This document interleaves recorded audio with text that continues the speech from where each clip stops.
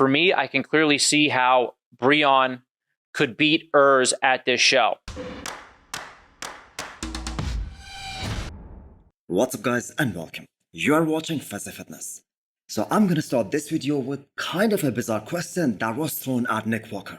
So I don't exactly get why someone assumed that Nick Walker hates Hadi or any other IFBB pro for that matter. All of these guys are fighting to be number one, and I think seeing Hadi Choopan smash it at this year's Arnold Classic 2024, that must have been so motivating for Nick Walker. Because Nick Walker, just like Hadi Choopan, is a conditioning guy, and seeing a conditioning guy beat a shape guy like Samson Dawda, that must have really lit a fire under Nick Walker's ass to bring his A game. Because that is exactly what's gonna be needed for anyone, including Nick, in order to have a shot at the Persian Wolf. So Nick Walker showed much respect towards Hadi Choopan, and the thing is he always does towards all the athletes. And he knows that Hadi is probably one of the most focused guy out there. No, I love Hadi. I think Hadi's awesome. I think he is one of the most hardworking bodybuilders out there. I think he has the mindset of a warrior, mindset of a champion, and for me, it's truly admirable because that's the mindset I think I have. That's the mindset I think everyone should have that does this. And that's why he's as good as he is. You know, that's why he's at the top and has been at the top, and he will probably stay at the top. So as fans, we were more curious to see whether the mutant is still confident that he will be able to beat Hadi Choopan at the Olympia after seeing him at his all-time best. Well, no surprise there. This is what Nick Walker has always been known for, his sheer confidence. Toughness? He is tough. But yes, I do think I could reach that density. I think I could reach that level of conditioning, graininess. I do feel with the package I was going to bring to the Olympia, I would have had exactly that and then some. And that's just me being honest with myself as well. You know, it's unfortunate I wasn't able to get there. But it's just allowing me more time to make improvements, allowing more time for my body to mature. And I think, you know, this coming year for the Olympia, you know, I'll be able to present what I wanted to present at the Olympia last year. Honestly, probably just a few pounds bigger. Now, I know some people would say that he's arrogant or that he's too cocky, but he really believed in his heart that he will be Mr. Olympia sooner or later.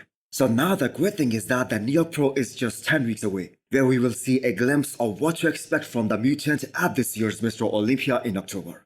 So I have a feeling that Nick Walker is gonna absolutely dwarf everyone at the Pittsburgh Pro guest posing. That is like a week or 2 weeks before the New York Pro. Because while everyone else will be in their off-season mode, Nick Walker will be bang on target, because he will be like 10 or 12 days out of the New York Pro. You know, at these big shows like the Arnold and the Olympia, we have 11 judges at the table. So when you see the scores aren't straight scores, meaning for third place, straight scores would be 15. For fourth place, it would be 20. So a big thanks to Tyler Manion and the IFBB Pro League and the NPC News Online for addressing this ongoing situation between Breon and Urs. And why does Urs keeps beating Breon even though the majority of the bodybuilding community feels the other way? So before we dive into Urs versus Breon, here is an explanation by Tyler Manion on how the judging actually works. What does those scores on the scorecards actually mean? So that everyone gets educated on this one. So here is that clip. For fourth place, it would be 20. So at the Olympia, you saw it was, 17 to 18 between them. Here it was 16 to 19. If it's a 1-point decision, that means 6 judges like one person and 5 judges like the other. At this show, 7 judges liked Urs, 4 judges like Breon. So I want to address another thing here that people had questions about. That why was Classic Physique finalists were not scored? So Classic Physique is judged on the day of the prejudging. And at night, it is just the confirmation round. So prejudging is where actually Classic Physique is judged. So here is Tyler Manion explaining that as well. Guys, Classic Physique judging, it takes place in the morning. At night is a confirmation round where we relook at everything. Okay? But the real judging is done in the morning for Classic Physique. And it isn't about liking or disliking a certain athlete. I mean, we did not see any disagreement on the judging regarding the men's open bodybuilding. Also, there was Ramon's fanbase who thought that he should have won. But the majority agreed that Ramon wasn't at his best, and Vasily Wieser's completely deserved to win this show. The one placing that was most controversial at this year's Arnold, that was Urs versus Breon. And Tyler himself said in the breakdown video that he himself had Breon beating Urs this time. But different judges prefer different physiques, because after all, this is classic physique we are talking about. For me, I can clearly see how Breon could beat Urs at this show.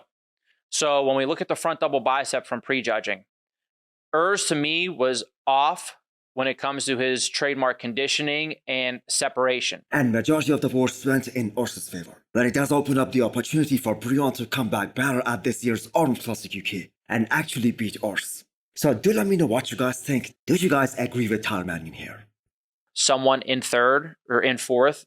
The whole panel, that's why there's 11 judges. So just because I think something or Steve thinks something or Sandy thinks something doesn't mean that's how the whole entire show is judged. That's why we have 11 people and we get rid of, at these shows, the 3 highs and the 3 lows from the scores. So that's how the scores happen. On the front double here, Breon, you can see his arms are better. He has a great taper.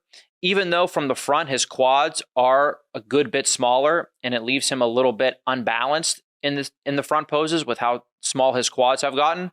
They're very clearly separated.